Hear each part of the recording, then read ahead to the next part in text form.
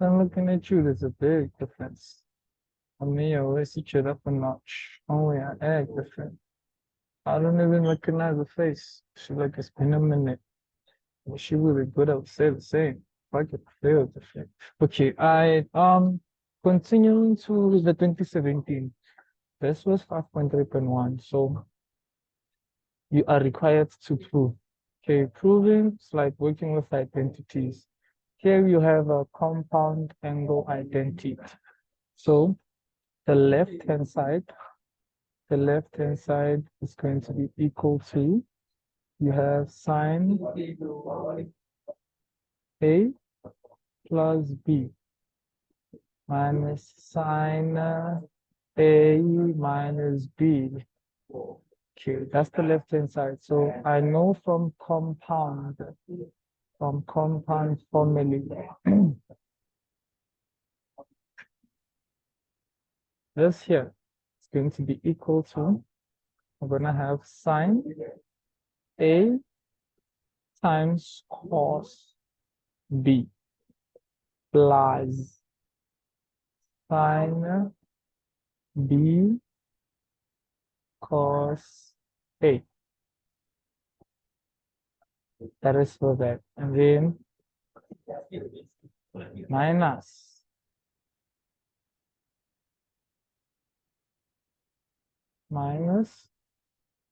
sine A cos B minus sine B cos A. So the negative is going to affect this. It's also going to affect that sign bit. So if I multiply this negative and negative, I'm going to get a negative. So this is going to take up this because it's a negative and this is a positive. Then I'm going to have this one here. So I'm remaining with this here.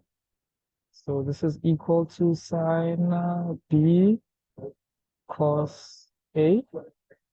Then the negative times the negative, it's going to give us a positive. Sine B cos A. So my answer is going to give me 2, because these are like terms. Sine B cos A. Therefore, I can conclude that the left-hand side is equal to the opposite. Getting to the second question. Without a calculator, this thing is a similar thing. We are dealing with 17. So 70, 77 can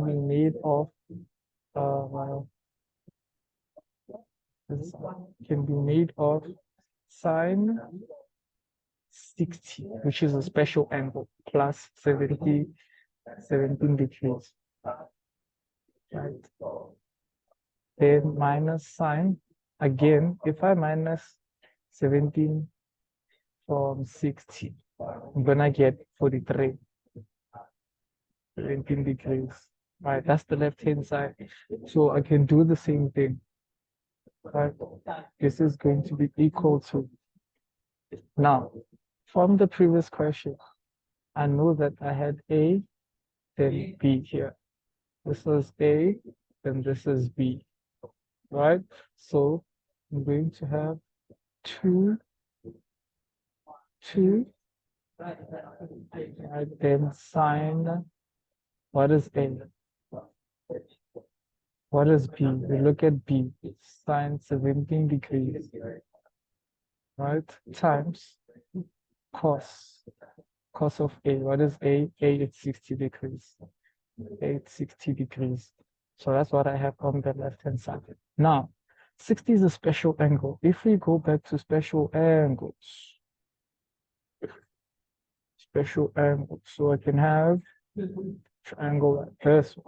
I'm gonna start with the one of 60, then I have 30 here. This makes it 90.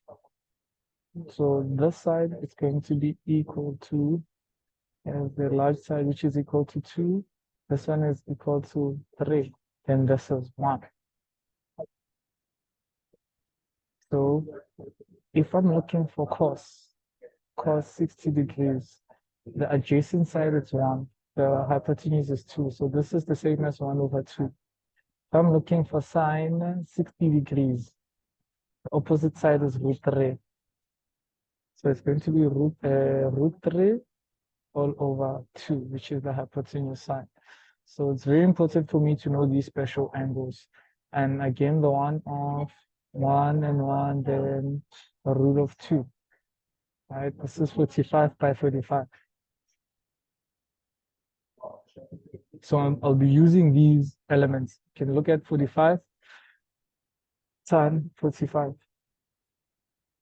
which is this side over this side, which is 1 over 1, which gives us 1. That's how you find your special angles. Then going back, yeah, go back to the question. Cos 60, I know that cos 60 is a half. So sine 17 degrees multiplied by a half.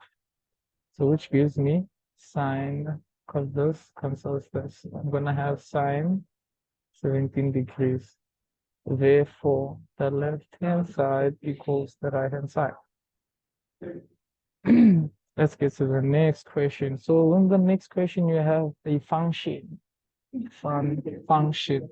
These are the easiest topics for mathematics, to be honest. You are given a double angle there.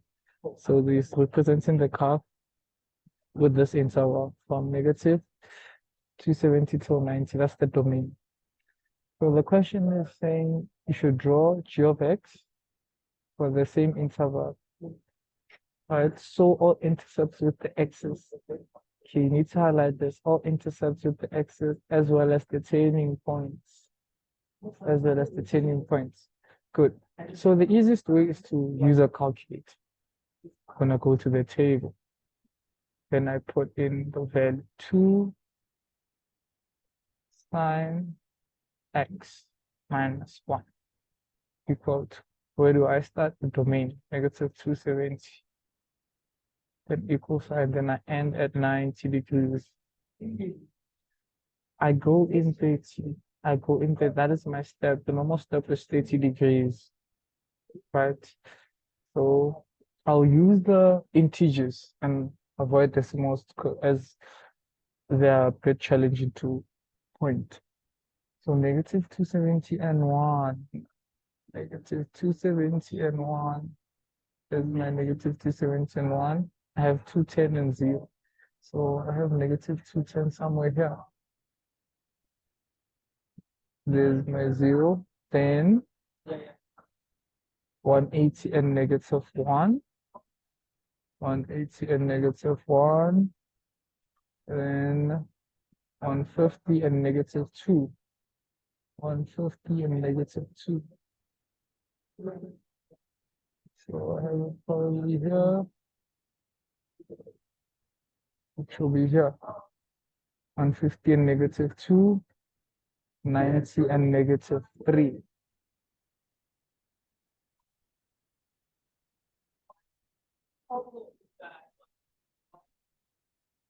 Negative 3. Then I have negative 30 and negative 2. Then 0 and negative 1. 30 and 0. We have 30 here. And then 90 and a positive 1. So here is my function.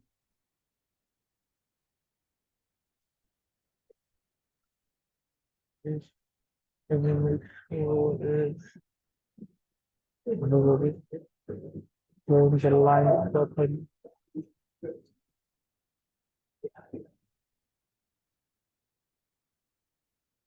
Here it's 30. 30 degrees. There's a negative 210. Then the turning point is negative 90 degrees is to negative 3. And this is the graph of G. Good. Now, going to the questions, Let's A be the point of intersections of the graph of F and G. Show the x coordinate satisfies this. So we're looking for the x coordinate. Well, let's look at the point of intersection to actually understand what you're talking about. Points of intersection is this point where the two graphs meet, and this one too. Right, so if I'm going to answer this question, I'm going to equate. So I'm going to have f of x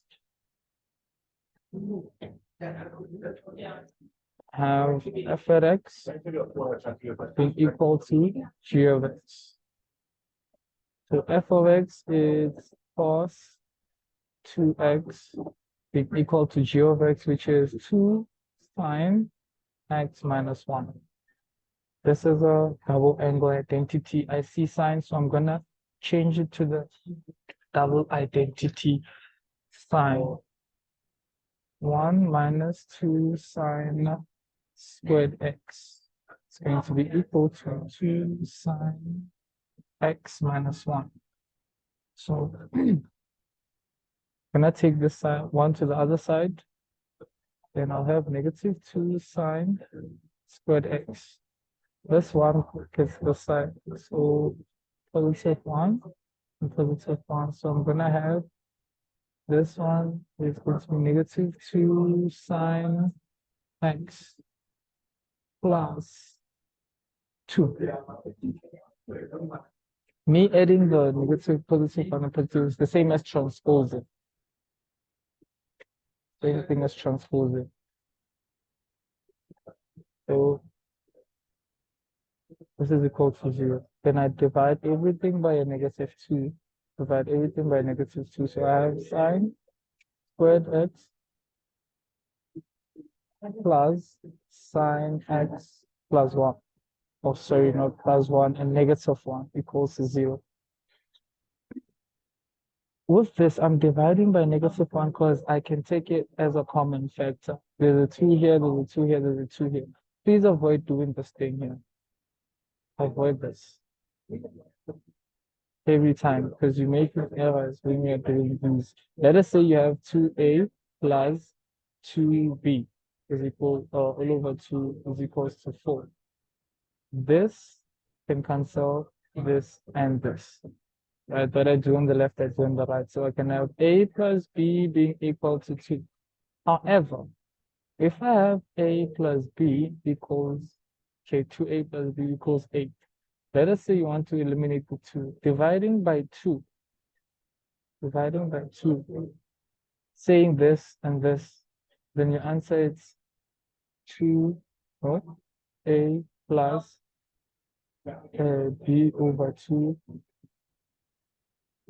a plus b is equal to 4. This is totally incorrect. Totally incorrect.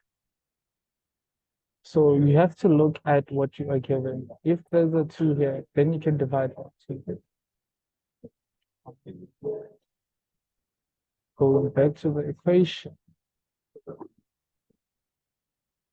Good. So simplest way is to me to say sine x, because I can't see anything, equals k.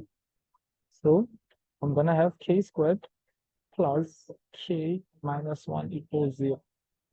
The trinomial will be impossible for me to factorize, so I will ask for assistance. B squared minus 4ac. That's a trinomial. This is my perfect assistance. So I'm gonna look at my b. So it's negative 1 plus minus 1 all squared minus 4 into 1. Then negative 1 over 2 into positive 1. So this equal to negative 1 with a plus minus inside just 1 plus 4 because of the negative times negative is positive. So it's going to be 5 all over 2. That is k. That is K. Okay, is equal to, gonna look at the equation again. -1 plus square root of 5, therefore, all over 2. Therefore, sine x, which is K, satisfies the equation.